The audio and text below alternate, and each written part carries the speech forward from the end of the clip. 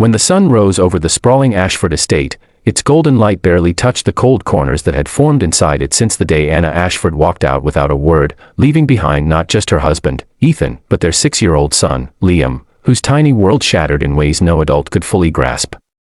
Once a cheerful boy who filled the mansion with laughter, Liam fell into complete silence after his mother's departure. No words, no whispers, not even cries. Doctors called it selective mutism triggered by trauma, therapists tried coaxing him out, and expensive specialists visited daily, but nothing worked. Ethan, one of the most powerful millionaires in the city, found himself defeated not by business failures, but by the quiet, haunting stillness of his own child. Every morning he would stand at the doorway of Liam's room, watching him sit silently on the floor, hugging his knees, staring at a spot on the carpet where he last saw his mother wave goodbye. Ethan tried everything, bribes, toys, trips, schools, but the silence only grew heavier, like a fog swallowing the mansion. When the last nanny quit, claiming Liam stared through her like a ghost, Ethan reluctantly contacted an agency and requested someone new, someone patient, someone who wouldn't be frightened by silence. That afternoon, a young woman named Maria stepped out of a modest taxi in front of the tall gates. She was quiet, humble, wearing a simple blue maid's uniform, her hair tied neatly in a bun. She looked nothing like the polished, overly confident nannies who had come before her. Ethan barely looked up from his phone when he greeted her, but there was something in her eyes, warmth, steadiness, and a gentleness he hadn't seen in years. "He doesn't talk," he warned her immediately, almost as if trying to protect her from disappointment. Maria simply nodded, her voice soft but certain, "That's okay. Silence doesn't scare me." When she entered Liam's room, she found the boy sitting on the floor, his head down, his small shoulders tense. She knelt at a distance, not too close, not too far, and didn't speak. She simply sat with him, matching his silence, letting him feel her presence without pressure. For the first time, someone wasn't trying to force words out of him. Minutes passed. Then an hour. Ethan watched from the hallway, confused. "You're just sitting there," he whispered. "Yes," she replied calmly. Sometimes the loudest healing happens in silence. Over the next few days, Maria didn't push Liam to talk.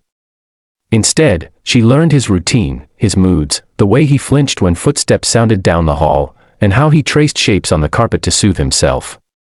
She began bringing him small handmade paper animals each morning, a bird, a rabbit, a tiny lion. Liam never reacted, never smiled, but he kept each one, placing them in a careful line on his windowsill. That was progress. On the 4th day, Maria placed a blank sheet of paper and crayons beside him, then walked away to tidy the room. When she returned, Liam wasn't drawing, he was tracing the outline of a bird she had given him the day before. Something stirred in Maria's heart.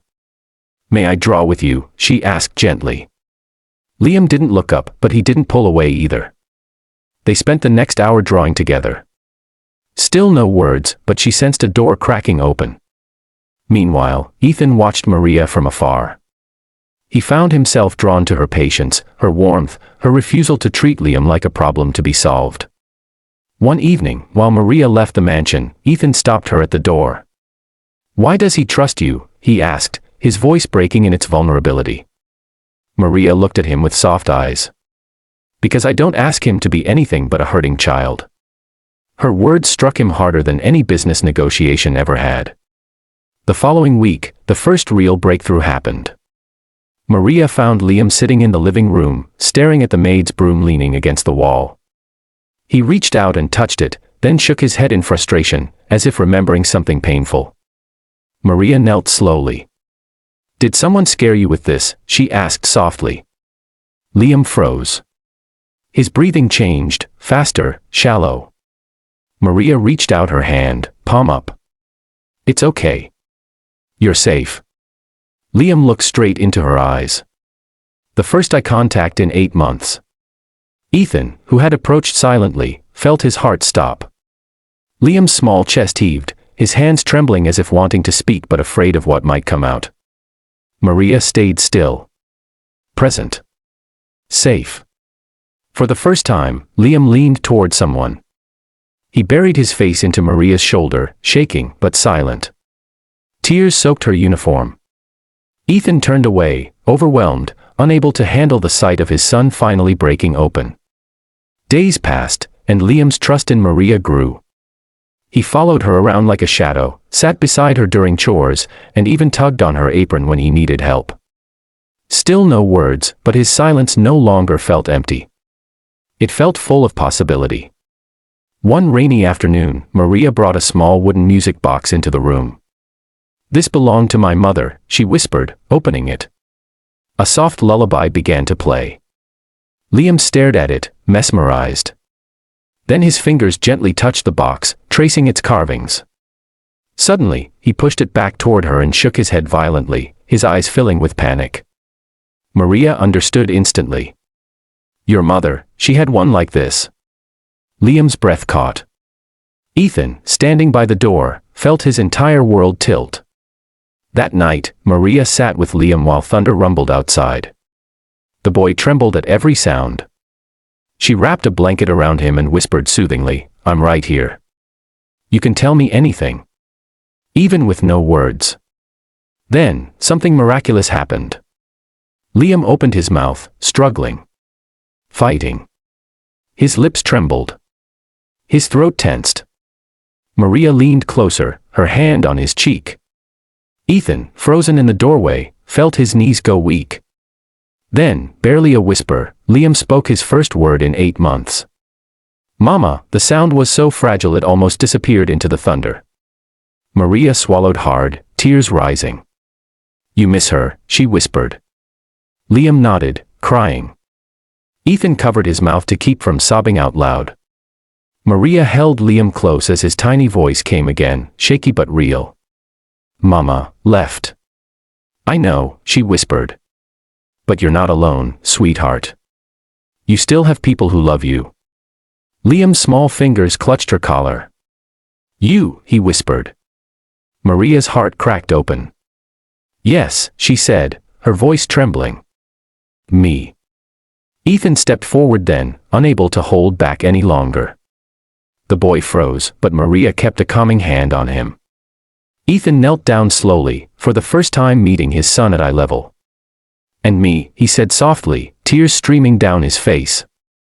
Liam looked at him, really looked at him, for the first time since the night Anna left. Then, in a moment that would forever change Ethan's life, the little boy reached for his father's hand. Ethan broke. The silence that had haunted the mansion finally shattered, not with noise, but with healing. Over the next weeks, Liam spoke more, mostly to Maria, but slowly to Ethan as well. They rebuilt trust, step by step, word by word.